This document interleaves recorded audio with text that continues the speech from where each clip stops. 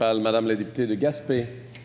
Monsieur le Président, on connaissait déjà le peu de considération du premier ministre pour la connaissance du français quand vient le temps de sélectionner les immigrants qu'on accueille. Pour lui, on y a accordé trop d'importance par le passé. Son critère, faites-vous 56 000 $ ou non, c'est ça le marché. Le chat est sorti du sac hier lorsque la ministre de l'Immigration m'a confirmé qu'elle était en pourparlers avec Ottawa pour réduire les exigences liées au français pour la sélection des immigrants. Son gouvernement faisait déjà pire que les libéraux. En matière de langue, baisser la barre, c'est baisser les bras. À ce titre, la CAQ excelle. Est-ce que la ministre de l'Immigration peut entendre raison et confirmer qu'elle renonce à affaiblir le français au Québec? Madame la ministre de l'Immigration. Merci, Monsieur le Président. Monsieur le Président, depuis notre arrivée au pouvoir, notre objectif a été très clair en matière d'immigration, particulièrement en francisation. Mieux franciser, mieux intégrer. Notre gouvernement a investi des sommes historiques en francisation. 70 millions de plus en 2019, ce qui nous amène aujourd'hui à plus de 170 millions en 2020-2021. Ces mesures-là, Monsieur le Président, donnent des résultats. Juste pour vous donner quelques exemples, 2017-2018, la dernière année du gouvernement précédent libéral, 28 000 personnes inscrites au cours de francisation.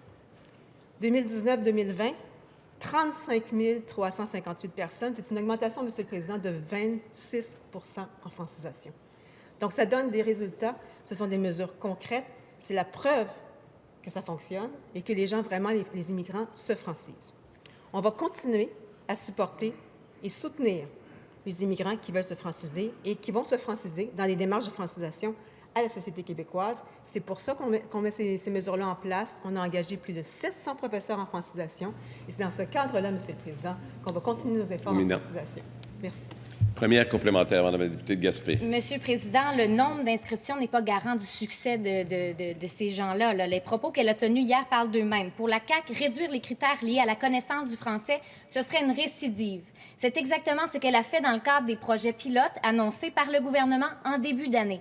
Est-ce que la ministre va exiger que tous les travailleurs qualifiés parlent français en arrivant ici au lieu de baisser la barre? Madame la ministre de l'Immigration. Merci, Monsieur le Président. Monsieur le Président, je vais être très claire. Il n'y a pas de négociation avec le fédéral pour baisser la barre en français. Il n'y en a pas. Le Québec doit attirer les meilleurs talents dans certains secteurs de notre économie, comme les technologies de l'information et l'intelligence artificielle. On va attirer les meilleurs talents, et ça, on le dit depuis le début. On est très clair. Ici, on parle d'un programme pilote qui, oui, va viser à combler des besoins très, très précis. On peut recevoir jusqu'à 300 travailleurs non francophones sur un total de 22 400 travailleurs qualifiés. C'est 1,3 des travailleurs. Et ces travailleurs-là, non francophones, vont s'engager à se franciser. Deuxième complémentaire, Madame la députée de Gaspé.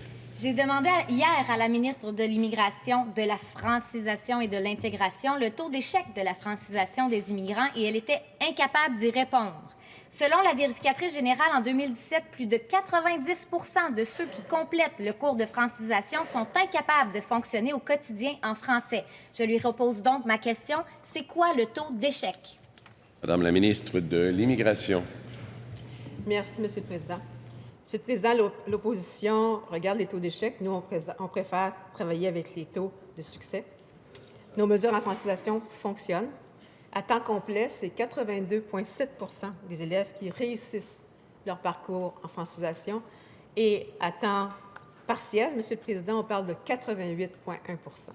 Donc, là encore, je pense que le Québec se francise, les immigrants se francisent, on voit les résultats et vraiment, on est très encouragés par ces résultats-là et on va continuer à poursuivre l'accompagnement en francisation pour nos immigrants, Monsieur le Président.